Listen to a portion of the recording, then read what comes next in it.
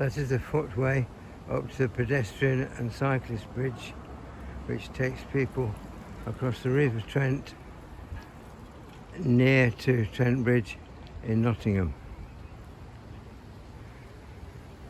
On the other hand, you've got to get people able to.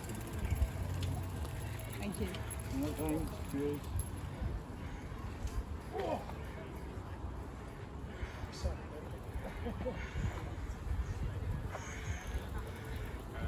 Hello.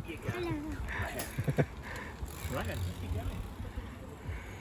That's a good smile, that's what we like to generate. That is a cycle path that takes cyclists from the walkway along here up and over the bridge, which will take them over to the north side of the River Trent here in South Nottinghamshire.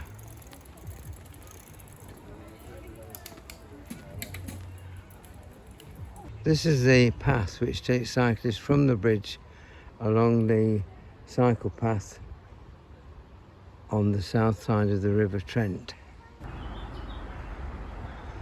That's the Lady Bay suspension bridge from the pedestrian and cycle track. Those steps will take me up onto the Lady Bay Bridge.